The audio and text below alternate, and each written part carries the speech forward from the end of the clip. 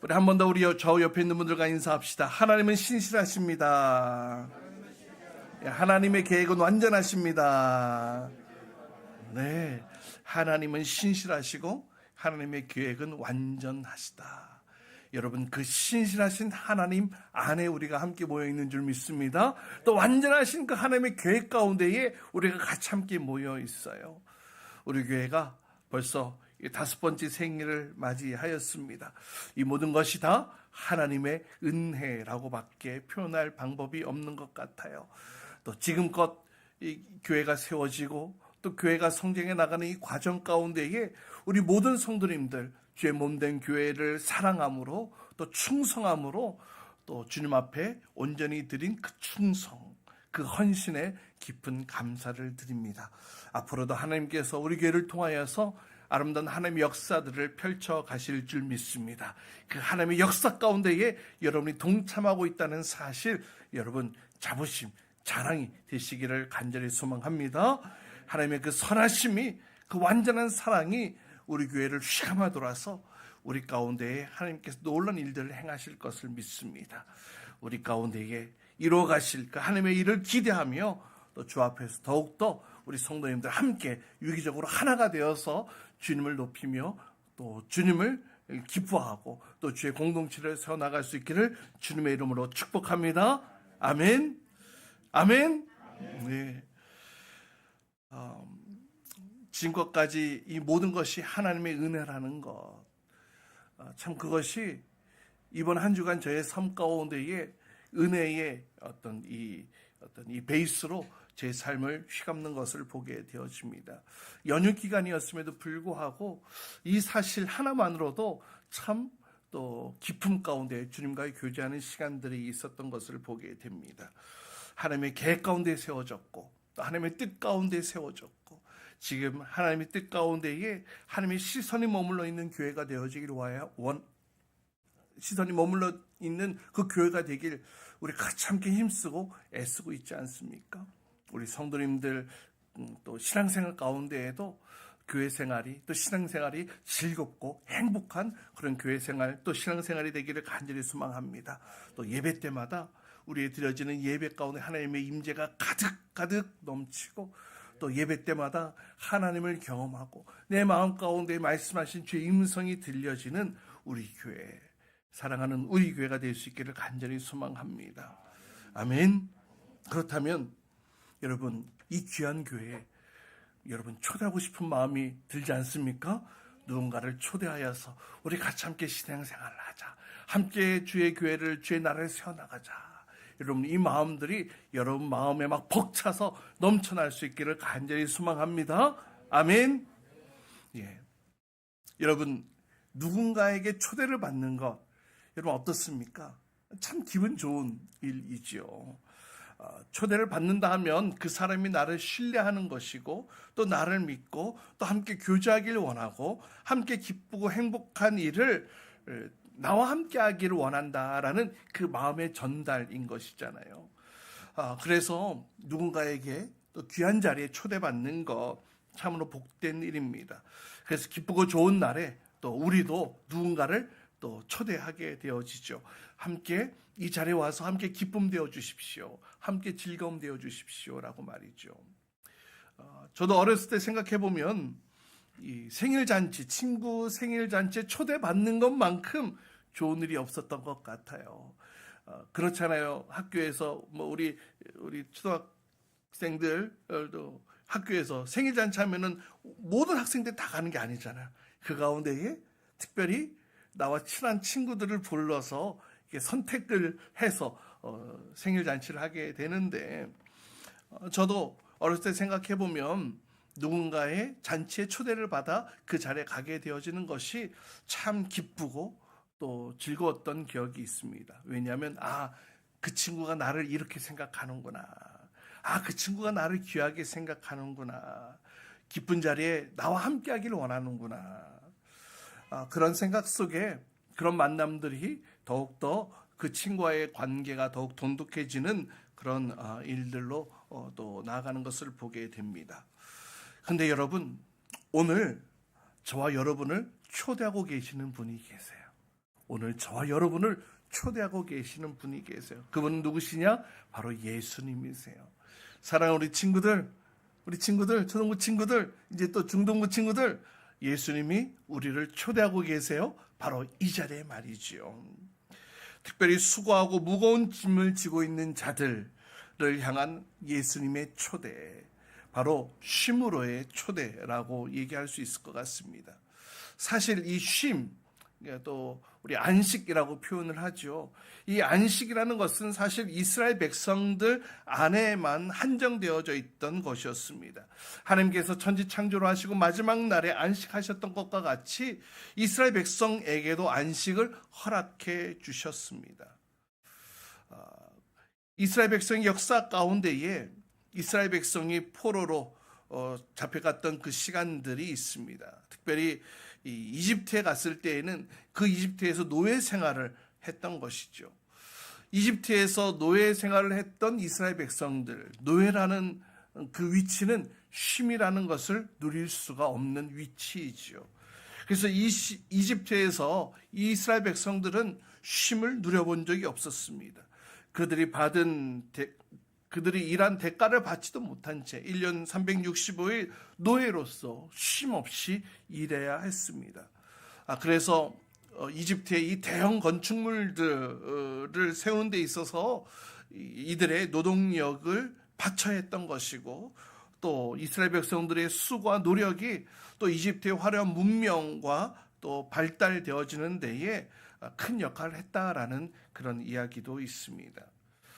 그랬던 이스라엘 백성들 가운데에 쉼없이 일을 하고 수고를 해야 했던 이스라엘 백성들 가운데에 하나님께서 그들을 건져내 주시죠. 그래서 지도자 모세를 통하여서 그 이스라엘 백성들을 그 애굽에서, 이집트에서 출애굽하게 하십니다. 그러면서 하나님의 백성된 지위를 회복해 주시죠. 그들은 더 이상 노예 생활을 강요받았던 이집트의 소유로서가 아니라 이제 하나님께서 건져내시고 하나님께서 살려내심으로 인하여 누구의 소유가 되었습니까? 하나님의 소유가 되었죠. 그리고 이제 하나님의 소유된 이스라엘 백성들, 이제는 이집트에서 경험하지 못했던 일들을 누리게 됩니다. 출애굽기 34장에 보면 이런 말씀이 있습니다. 너희는 엿새 동안 일을 하고 이른 날에는 쉬어야 한다. 밭갈이 하는 철이나 거두어들이는 철에도 쉬어야 한다라고 말이죠. 이스라엘 백성을 향한, 하나님께서 당신의 백성을 향한 하나님의 쉼에 대한 명령이었습니다. 쉬어라. 바쁜 철에도, 밭갈이 하거나 거두어들이는 철에도 이때는 쉬어야 한다는 하나님의 명령. 근데 여러분, 이 쉼이라는 것이 이제 모두에게로 다 확장되어지는 것을 보게 됩니다. 예수님께서 이 땅 가운데 오셔서 많은 환자들을 고치실 때에, 특별히 안식일에 이 병자를 고치신 사건이 있었습니다. 질병으로 고통받고 있던 자에게 그 안식일에 그 안식과 평화를 안겨주심으로 인하여 모든 이에게 이 쉼으로의 초대를 열어놓으신 사건이 되었지요. 이렇게 예수님의 초대는 차별 없이 누구에게나 열려지게 된 것입니다. 이 모든 것이 하나님의 전적인 은혜라는 것이죠. 여러분, 연초부터 지난 한 주간 또 찾아온 긴 연휴, 아싸 이게 웬 떡이냐 하면서 충분한 쉼의 시간들 누렸을 것이라 생각되어집니다. 또 가족 친지들을 찾아뵙고 그 외 시간들, 충분한 쉼의 시간들이 있었을 거라고 생각되어지는데요. 근데 여러분, 연휴가 끝나게 되어지는 그 시점, 가장 많이 드는 생각 가운데 하나가 뭔지 아세요? 예? 연휴 동안 잘 쉬고 나서 마지막 때 돼가지고 쉬어도 쉰 것 같지가 않네. 네. 여러분도 동일하게 느끼시네요. 또 놀아도 논 것 같지가 않네. 우리 아들의 말입니다. 네. 놀아도 논 것 같지가 않고 쉬어도 쉰 것 같지가 않네. 이런 말에 여러분 아마 동의하실 거라고 생각되어집니다. 자, 그렇다면 여전히 오늘도 우리에게는 쉼이 필요한 것 같아요.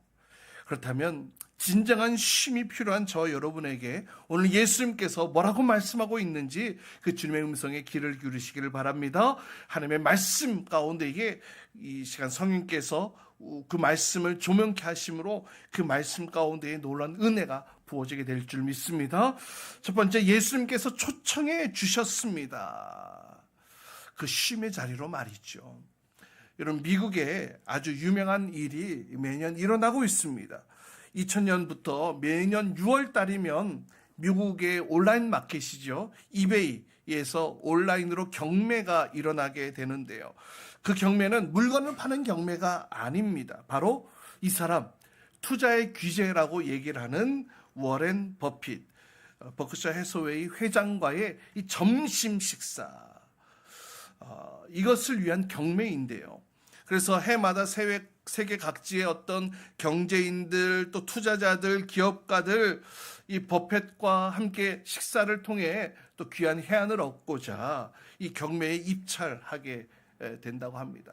그래서 이 경매가 아주 매년마다 열띤 경쟁을 띠게 된다고 하는데요. 근데 여러분, 이미 뉴스에도 나왔지만 이 버핏 회장님과 한 끼 점심 식사를 하는데 그 경매 최고가가 얼마였느냐? 2022년이었어요. 2022년 1,900만 달러, 당시의 환율로서 246억. 이 사람과 한 끼 식사를 하는데 246억을 지불해야 했던 것이죠. 그렇게 낙찰되었어요. 물론 이 수익금은 이 버핏이 다 가져가는 것이 아니라 이 자선단체에 다 기부되어지는 하는데요. 그래도 그렇지. 뉴욕의 한 스테이크 식당에서 최대 7명까지 함께 초대해서 식사할 수 있는 이 식사 자리가 246억 원이다. 너무나 놀라운 금액이 아닐 수가 없습니다. 이런 엄청난 금액을 지불해 가면서 그와 식사하고자 하는 이유가 무엇일까요? 물론 그 시간을 통하여서 어떤 투자나 향후의 어떤 그런 계획들을 나눌 수도 있었겠지만, 그보다도 그와 식사했던 사람들의 그 후기의 내용들을 보면 이 버핏 회장님과 자유로운 대화 속에서 어떤 투자와 삶에 대한 이 조언을 받았던 것이 너무나 값진 것이었다. 이런 얘기를 하는 것을 보게 됩니다. 그래서 그와 그 대화의 시간을 통하여서, 만남의 시간을 통하여서 새로운 영감을 얻게 되어지고, 또 중요한 통찰을 깨닫게 되어지고, 또 대화를 통하여서 또 큰 변화, 삶의 변화를 가져오게 되어지고, 또 그것이 기회가 되어서 또 투자의 큰 성공을 거둔 이들도 있다라고 얘기를 합니다. 여러분, 그런데요, 예수님께서 저와 여러분을 향해 제안하시는 이 초대에는 여러분 제한이 없다라는 것 여러분 아십니까? 오늘 본문 말씀에 우리에게 이렇게 말씀하고 있습니다. 오늘 본문 28절 말씀 우리 같이 함께 읽습니다. 시작. 야, 무거운 짐을 진 사람은 모두 내게로 오너라. 내가 너희를 쉬게 하겠다. 네, 모두 내게로 와라. 여기서 중요한 것이 모두 와라. 누구나 와라. 제한이 있어요, 없어요? 제한이 없어요. 그러니까 예수님 앞에 나오는 기준에 어떤 커트라인도 없는 것이고, 예수님의 초청에 탈락되어질 사람도 없다는 것이죠. 다시 말하면 이 초청의 이야기를 들은 사람은 누구나, 초청을 받은 사람들 누구나 초대받는 것이고 초청받는 것이고, 그 대상은 남녀노소 또 빈부귀천 상관없이 어디에서 왔건 또 어떤 길을 걸어갔건 또 과거에 어떤 일을 했던 건 상관없이 누구나 초청받을 수 있다는 것입니다. 그러니까 이 예수님의 초청에는 이 사람이 과거에 어떤 사람이었는가 그것이 전혀 중요하지 않다라는 것이죠. 근데 여러분, 그런데 이 말씀을 자세히 읽어보면 예수님의 초청, 모든 사람에게 주어진 것이라고 얘기는 하지만 단서가 있어요. 이 초청에는 단서가 있는 것을 보게 됩니다. 이 모두 나에게로 와라. 그 전에 뭐라고 얘기를 하고 있어요? 뭐라고요? 수고하고 무거운 짐을 진 사람들. 예, 누구를 부르시느냐? 수고하고 무거운 짐진 자들을 초청하고 계세요. 여기에서 수고하고 이 헬라어로 코피온테스라는 단어를 쓰고 있는데요. 이 현재 완료 능동형의 단어를 쓰고 있습니다. 그러니까 이 수고한다라는 것, 여기서 말하는 이 수고는 능동적인 수고를 말하는 거예요. 어떤 외부적인 요소 또 다른 사람에 의해 생겨난 수고라기보다는 스스로 많은 일을 지속해서 지쳐 있는 그러한 상태를 말하는 것이죠. 더 높은 곳을 향해 나아가기 위해 내 자신을 채찍질하고 그런 걸 얘기를 한 게 아니고요. 이것은 어떤 경제력에 대한 어떤 그런 강박관념, 또 어떤 자신의 능력을 과장하는 그런 성향, 또 삶과 또 자신의 환경 속에서 다가오는 그 스트레스로 인한 어떤 그런 일 중독 같은 어떤 그런 종류의 수고를 이야기하는 것입니다. 다시 말하면 쉼을 누리지 못하고 끊임없이 수고만 하며 살아가는 오늘날 우리의 모습이라고도 할 수 있겠죠. 또 반면에 또 뭐라고 얘기를 합니까? 무거운 짐을 진 사람, 이렇게 얘기를 하죠. 역시 이 무거운 짐 진 사람이라는 이 단어에는 이 현재 분사 수동형의 단어를 쓰고 있는 것을 보게 됩니다. 그러니까 여기서 말하는 이 수고는, 이 무거운 짐을 진 사람, 이 수고는 수동형의 수고를 의미하는 것입니다. 그러니까 아까 얘기했던 것과 반대의 상황이 되어지는 것이죠. 어떤 외부적 요인, 요소, 또 다른 사람에 의해 나에게 무거운 짐이 지어지게 된 거예요. 그러므로 인해 내가 지친 그런 상태를 말하는 것이죠. 원치 않는 환경, 또 원치 않는 직책으로 인해 수고하고 고생하는 것을 말한다. 예수님께서 말씀하시는 이 문맥상에서는 어떤 유전되어지는 짐, 또 이 죄에서부터 초래되어지는 이 고통에 대한 이야기를 말씀하시는데요. 어쨌든 여러분, 수고하고 또 무거운 짐 진 사람, 이 원어적 의미를 살펴본다면 이 땅에 살아가는 어느 누구나 이 두 가지 수고 혹은 둘 중에 하나는 반드시 다 지고 살아가는 존재일 것입니다. 예외가 없겠죠. 겉보기에는 아무리 좋아 보여도요, 편해 보이는 것 같아도, 즐거워 보이는 것 같아도요, 그 삶의 안을 깊숙이 들여다보면 무거운 짐이 없는 사람이 없어요. 또 그 짐으로 인해 수고하고 또 고생하며 살아가는 모습들이 각각 저마다 다 있는 것을 보게 되어집니다. 물론 이 모든 것들은 아담과 하와로부터 오게 되어진 원죄의 결과이기도 하지만은요. 따라서 예수님의 초대에 단서가 달려 있기는 하지만 여기서 말하는 수고와 고생은 사실 이 땅을 살아가는 모든 인생을 가리켜 말하는 것이죠. 이렇게 예수님께서는 이 자리에 계신 우리 여러분들을 비롯해서 모든 인생을 다 초청하고 계십니다. 인생의 짐을 지고 살아가는 모든 자들을 초청하고 계시는 거예요. 그런데 이 예수님의 초청의 이유가 무엇입니까? 바로 두 번째, 예수님께서 우리에게 쉼을 주시기 위해 초청하신다는 거예요. 따라해 봅시다. 예수님께서는 나에게 쉼을 주시기 위해 초청하고 계신다. 네. 여러분, 사회운동가인 이승원 작가, 우리 선생님 이름과도 똑같은데요. 예.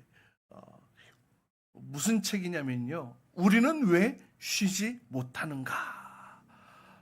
궁금하죠. 예. 그래서 저도 이 책의 내용들을 웹서핑하다가 이런 책이 있다는 것을 발견하고 언제좀 또 찾아봤거든요. 그런데 여기에서 이 책에서 쉼을 누리지 못하는 이유로 이 소비에 대한 이야기를 하더라고요. 이게 생존에 필요한 모든 것들을 다 상품화되어져 있기 때문에 사회에서 살아남기 위해서는 이 소비 능력을 갖춰야 하게 되는데, 이 소비 능력을 갖추기 위해서는 끊임없이 일을 더 많이 할 수밖에 없다라는 내용을 이야기하고 있더라고요. 그래서 여러분, 쉴 때 어떻게 하면 잘 쉬는 것 같아요?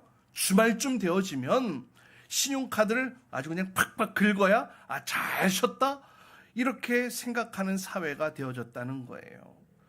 과로와 일 중독을 잊기 위해서, 여러분, 일을 잊기 위해서 또 다른 소비를 한다라는 거죠. 내가 일하고 있는 이것을 좀 돌리기 위해서 다른 소비처를 찾는다는 거예요. 그래서 여러분 코로나를 지나면서 이 사람들의 소비 심리에 대한 이야기를 할 때에 아마 여러분 많이 들어보셨을 거예요. 보상형 소비 심리다. 아마 이런 얘기 많이 들어보셨을 텐데요. 바로 이런 것들을 얘기를 하는 겁니다. 소비를 쉼으로 혼동하는 그 현실 가운데 우리가 놓여 있다는 것이죠. 근데 여러분 잘 생각해 보면 오늘의 소비는 결국 내일의 나의 노동을 담보해서 내가 오늘 소비하고 있는 것이기 때문에 이러한 패턴, 이러한 삶의 패턴은 악순환일 수밖에 없다는 것입니다. 근데 오늘 예수님께서 특별히 요한계시록에 보면 이 천국과 지옥을 구분하는 것 가운데 하나가 쉼이라고 얘기를 하는 것을 보게 됩니다. 계시록에서 지옥이라는 것은 밤낮 휴식이 없는 곳이 바로 지옥이다 얘기를 합니다. 계시록 14장 11절에 보면 이런 말씀이 있죠. 누구든지 밤에도 낮에도 휴식을 얻지 못할 것이다. 지금 어디에 얘기를 하는 거예요? 예, 지옥에 대한 얘기를 하는 거예요. 불과 유황불, 연기가 그 구덩이에서 올라오는 곳. 예, 그래서 지옥은 밤에도 낮에도 쉼이 없는 곳이라고 성경 기록하고 있습니다. 반면에 천국은요 어떻습니까? 13절에 보면 이렇게 말씀하고 있어요. 그들은 수고를 그치고 쉬게 될 것이다. 지금 하느님의 음성이 들려지는 그 천국에 대해서 얘기를 할 때에 바로 수고가 그치고 쉬게 되는 바로 천국은 쉼이 있는 곳이라고 성경은 기록하고 있죠. 지옥은 쉼이 없는 곳, 천국은 쉼이 있는 곳. 여러분 왜 이렇게 기록하고 있을까요? 바로 진정한 쉼은 하나님께로부터 오는 것이기에 천국은 쉼이 있는 곳이라고 얘기를 하고 있는 것입니다. 철학자 파스칼은 쉼에 대해서 이런 이야기를 했더라고요. 인간의 불행은 단 한 가지, 고요한 방에 들어앉아 휴식할 줄 모른다는 데서 비롯된다라고 말이죠. 무슨 말이냐면 인간은 스스로 진정한 쉼을 누리지 못하는 존재라는 거예요. 인간은 인간 스스로 진정한 쉼의 자리로 나아가지 못하는 존재. 그러니까 진정한 쉼의 자리로 나아가지 못하는 것이 인간의 한계라는 것이죠. 그래서 예수님께서는 이 땅에 쉼이 없는 인류를 향해, 아니 쉬지 못할 수밖에 없는 저와 여러분을 향해 예수님께서 초청하고 계시는 거예요. 그래서 그 예수님의 초청 앞에 나오는 자들에게는 다 쉼을 주겠다. 진정한 쉼을 주겠다라고 말씀하시는 거예요. 할렐루야. 그래서 오늘 본문 말씀 28절 말씀 다시 보세요. 우리 같이 함께 다시 읽어볼까요? 시작. 수고하고 무거운 짐을 진 사람은 모두 내게로 오너라. 내가 너희를 쉬게 하겠다. 아멘. 오직 예수님께 나아갈 때에 진정한 쉼이 있다는 것이죠. 여기서 말하는 쉼은 또 두 가지로 해석할 수 있을 것 같아요. 하나는 이 땅에서의 삶을 다 마무리하고 이제 천국에서 영원한 안식을 누리는 그때를 말하는 것일 수도 있겠고요. 또 다른 하나는 지금 우리 일상에서의 삶에서 나타나는 어떤 그런 수고, 또 인생의 짐으로부터 해방되어지는 것을 얘기하겠죠. 따라서 이 쉰다, 이 쉼이라는 것은 회복, 또 어떤 소생, 평화, 또 안식, 이런 것들을 의미하게 되어집니다. 여러분, 과로로 지친 자들에게 무엇이 필요합니까? 쉼이 필요합니다. 일로 인해 스트레스가 있는 자에게 무엇이 필요합니까? 쉼이 필요합니다. 또 오랫동안 집을 떠나 있었던 여행자에게 무엇이 필요합니까? 쉼이 필요해요. 또 절망과 낙심과 실패 가운데 있는 자들에게 무엇이 필요합니까? 쉼이 필요해요. 사랑하는 여러분, 예수님은 바로 이 쉼을 통하여서 우리에게 평화와 안식과 안정감을 주시는 분이신 줄 믿으시길 바랍니다. 그 예수님께서 우리에게 주시는 그 쉼을 통해 우리의 삶을 또 새롭게 시작할 수 있는 쉼의 원동력이 되어진다는 거예요. 다시 한번 말씀 보세요. 수고하고 무거운 짐진 사람은 모두 내게로 오너라. 내가 너희를 쉬게 하겠다. 그냥 쉬게 하는 게 아니에요. 누가 쉼을 준다고요? 내가 너에게 쉼을 주겠다. 할렐루야. 예수님께서, 주님께서 저와 여러분에게 내가 너에게 쉼을 주겠다라고 말씀하고 있는 거예요. 바로 그 진정한 쉼을 말하는 것이죠. 여러분 그냥 쉰다고 해서 진정한 쉼이 되는 것이 아니지요. 여러분 휴일날 뭐 소비하고 물건을 사고 뭐 혹은 또 소파에 편하게 들어앉아서 핸드폰을 보고 있다고 해서 그것이 진정한 쉼이라고 얘기할 수 없을 것입니다. 스스로 쉬는 것, 진정한 쉼이 될 수가 없습니다. 내가 너희를 쉬게 하겠다. 이 말씀과 같이 이 쉼의 주관자 되시는 예수님께서 우리에게 쉼을 주실 때에 우리는 참된 안식을 누리게 되는 줄 믿습니다. 여러분 그래서 이 사실을 기억해야 되는 거예요. 쉰다고 쉬는 게 아니에요. 쉼을 주셔야 쉴 수 있는 거예요. 예수님께서 말이죠. 그래서 이 쉼보다 더 중요한 것은 누가 이 쉼을 주는가. 그 대상, 이것이 중요한 것입니다. 뭐 우리 사람은 누구나 피곤하면은 쉬려고 하지요. 그런데 정작 중요한 것, 진정한 쉼이 예수님 안에 있다는 사실을 알지 못한다는 것이 참으로 안타까운 사실입니다. 따라서 우리가 참된 안식 가운데 거하려면 누구를 찾아야 되겠습니까? 예수님을 찾아야 돼요. 예수님께로부터 오는 참된 쉼이 우리 모든 성도님들 가운데 있기를 주님의 이름으로 축복합니다. 그래서 주님께서 나에게 와라 라고 초청하실 때에 우리가 어떻게 해야 되겠어요? 그 초청에 응해야 한다는 것입니다. 할렐루야. 예수님의 초청을 받은 자, 그 쉼의 자리로 나아갈 수 있도록 초청에 응해야 되는 것입니다. 예수님께 가는 것이죠. 예수님께 가는 것 단순히 어떤 예배를 드리는 어떤 그런 의식을 뛰어넘는 것을 말하는 겁니다. 나의 자아가 주님을 바라보는 거예요. 내 마음과 생각이 주님께로 향하는 것, 바로 그것이 예수님께로 가는 것입니다. 오늘 본문 말씀에 보면 쉼을 얻는 비결에 대해 예수님께서 두 가지 말씀하시는데요. 우리 29절 말씀, 우리 같이 함께 읽습니다. 29절입니다. 시작. 마음이 온유하고 겸손하니 내 멍에를 메고 나한테 배워라. 그리하면 너희는 마음의 쉼을 얻을 것이다. 한 번 더 읽어볼까? 시작. 나는 마음이 온유하고 겸손하니 내 멍에를 메고 나에게 배워라. 그리하면 너희는 마음의 쉼을 얻을 것이다. 예수님께서 쉼을 얻는 비결 두 가지를 말씀하셨어요. 첫 번째는 뭐예요?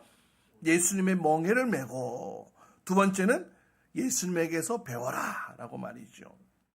근데 여러분 쉬게 해준다는데 이 멍에를 메라, 여러분 이해가 안 되죠. 여러분 멍에가 뭐예요?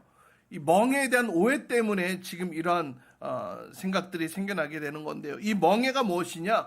이 소에게 씌우는 농기구입니다.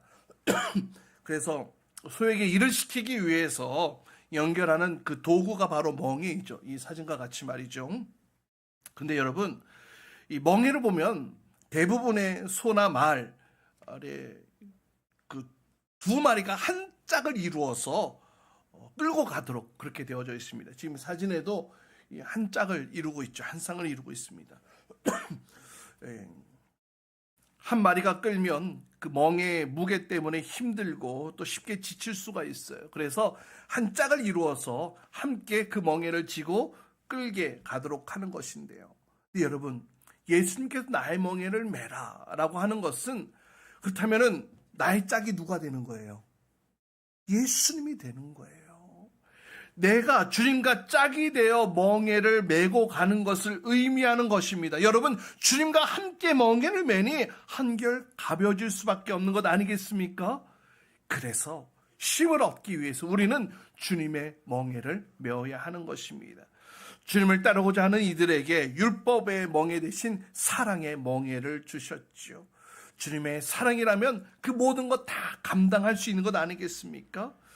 그래서 신학자 안더스 니그레는 아가페 사랑과 또 이 에로스 사랑, 그러니까 신적인 사랑과 또 헌신의 사랑과 이 육체적 사랑, 인간의 사랑을 이렇게 정의했습니다. 뭐라고 얘기를 하냐면, 에로스 사랑은 가치 때문에 사랑을 창조하는 사랑이라면, 아가페의 사랑은 사랑 때문에 가치를 창조하는 사랑이다, 이렇게 얘기를 하더라고요. 이 에로스의 사랑이 조건부적 사랑이라면 아가페의 사랑은 초월적인 사랑이라는 것이죠. 그 초월적인 사랑으로 나와 함께 멍에를 메고 계신 그 예수님, 그 예수님의 사랑으로 인하여서 어떠한 무거운 짐도 우리는 두렵지 않게 되어줄 수 있다라는 이 놀라운 진리. 그래서 주님과 함께 멍에를 메라 라고 이야기를 하고 있는 것입니다. 그럴 때에 고난도 주님과 함께라면 그 자체가 은총이 되어지는 줄 믿습니다. 그래서 예수님께서 자기를 따르는 사람들에게, 따르려는 사람들에게 마가복음 8장에 보면 자기를 부인하고 자기 십자가를 지고 나를 따르라 라고 말씀하고 있죠. 자기를 부인하고 십자가를 지는 일까지 우리 주님께서 함께 져주시겠다는 거예요. 감당해 주시겠다는 거예요. 그래서 우리가 멍에를 메고 있음에도 불구하고 그 가운데 쉼을 누릴 수가 있다는 것이죠. 또 쉼을 얻기 위해 두 번째, 우리는 주님께 배워야 한다라고 예수님께서 말씀하셨어요. 주님께서는 온유한 마음, 겸손한 마음이 있으시다 그랬는데 우리가 그 온유한 마음, 겸손한 마음을 배워야 돼요. 아니, 배우는 것으로는 안 될 것 같아요. 배우면은 그냥 흉내만 내는 것일 뿐이기 때문에 예수님의 그 겸손함, 그 온유한 마음이 우리에게 전수되어져야 할 줄 믿습니다. 이 온유와 이 겸손, 예수님의 성품이잖아요. 예수님의 그 성품이 우리 안에도 부어지게 될 때에 하나님을 향하여 또 세상을 향하여 우리의 삶의 모습 가운데에 무거운 짐들이 가벼워지게 될 줄 믿습니다. 사랑하는 여러분, 예수님은 쉼이 없는 우리에게 또 무거운 짐을 살아가고 있는 우리에게 찾아오셔서 이렇게 말씀하셨어요. 모두 다 내게로 와라. 따라해 봅시다. 모두 다 내게로 와라. 모두 다 내게로 와라. 또 따라해 보세요. 어려운 멍에를 벗고 무거운 짐을 내려놓고 모두 다 내게로 와라. 예. 어려운 짐을, 멍에를 벗어던지고 가벼운 멍에, 쉬운 멍에를 질 수 있도록 예수님께서 초청하고 계시는 거예요. 우리의 모든 무거운 짐을 다 내려놓고 그 예수님의 그 아가페의 사랑으로 우리와 함께 하시니 우리의 모든 무거운 짐이 가벼워질 수 있다는 것입니다. 우리가 쉼을 얻는 길, 우리가 쉼을 얻는 길은, 진정한 쉼을 얻는 길은 그래서 예수님의 멍에를 함께 매는 것, 또 예수님과 함께 그 짐을 지는 것. 그러기 위해서 우리가 예수님의 온유한 마음, 또 겸손한 마음을 달라고 우리가 주님 앞에 간구해야 될 줄 믿습니다. 사랑하는 여러분, 쉼이 필요하십니까? 먼저 주님의 초청에 응하시기 바랍니다. 그래서 주님 앞에 나아가시기를 바라요. 또 그리고 주님의 멍에를 주님과 함께 지십시오. 또 주님의 그 온유하고 겸손한 마음을 우리가 가지고 나아갈 때에 우리는 어떤 환경 속에서도 또 어떠한 사람을 만나도 주님과 함께 맨 멍에는 가벼워요. 쉬워요. 여러분 믿으십니까? 주님께서 우리의 능력 되시기 때문에 그 주님의 초청에 응함으로 우리 안에 참된 쉼, 참된 안식, 그 가운데 누리는 참된 자유와 참된 평화를 누리는 저 힘들 수 있기를 주님의 이름으로 축복합니다. 우리 먼저 함께 찬양하고 함께 기도하는 시간 가졌으면 좋겠어요. 이 시간 우리가 같이 함께 찬양하고 기도할 때에 오늘 이 말씀을 통해 여러분에게 주시는 성령의 감동이 있다면 주님을 사모하는 마음으로 그 주의 임재자로 나아가시기를 소망합니다. 그리고 주님의 음성을 사모함으로 귀 기울여 보시길 바라요. 그리고 주님 앞에 주시는 말씀으로 결단하는 시간 되었으면 좋겠습니다.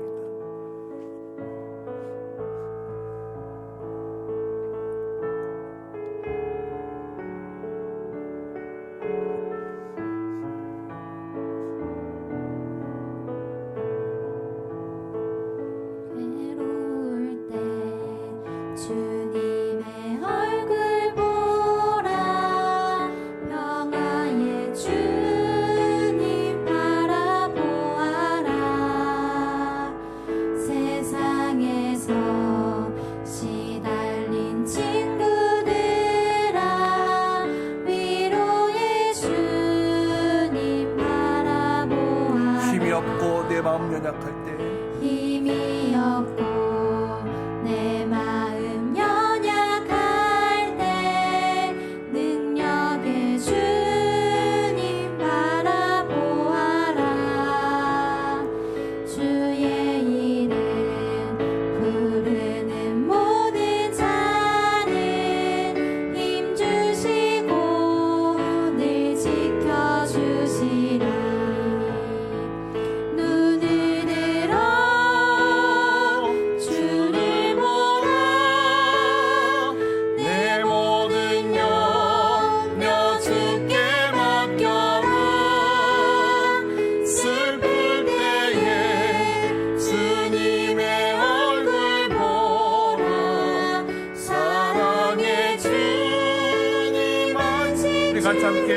합시다.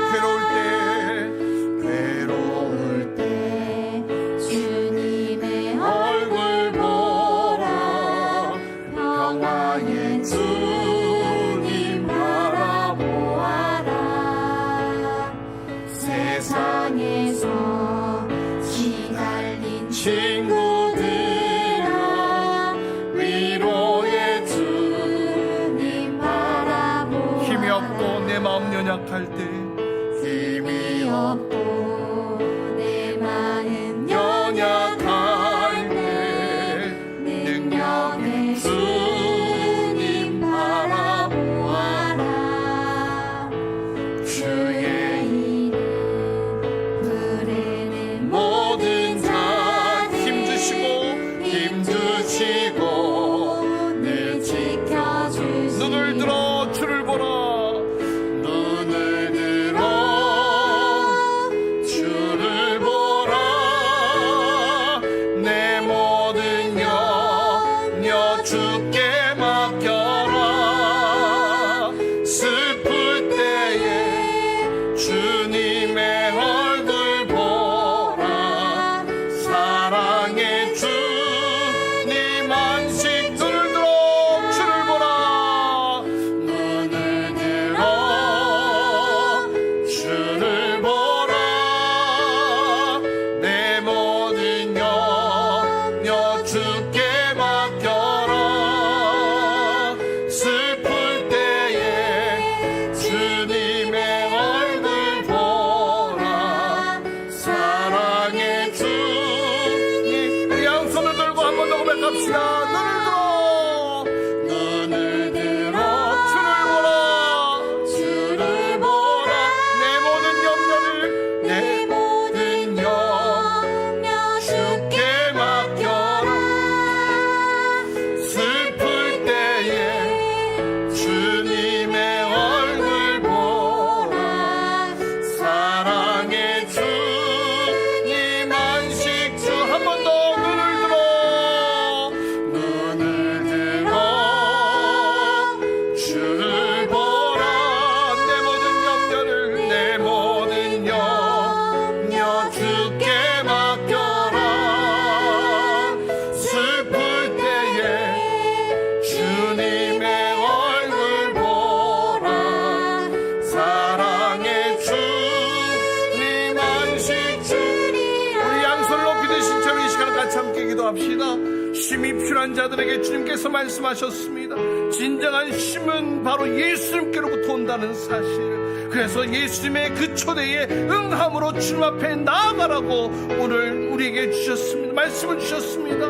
내가 진정한 쉼을 얻기 위해 주님 앞에 나아가겠습니다. 세상이 주는 거짓된 안식, 거짓된 쉼에 속는 것이 아니라 참된 안식과 참된 쉼을 주시는 주님 앞에 내가 나아가겠습니다. 또 주님의 멍에를 함께 지고 주님의 온유하고 겸손한 마음을 가지고 나아갈 수 있도록, 그래서 참된 안식을 주시는 주님만을 바라보며 참된 쉼을 누리는 자로 이 땅 가운데 살아가도록 참된 안식을 주옵소서. 참된 평안을 주옵소서. 우리 같이 함께 주의 이름으로 주님과 함께 통성을 기도하겠습니다. 함께 기도합니다.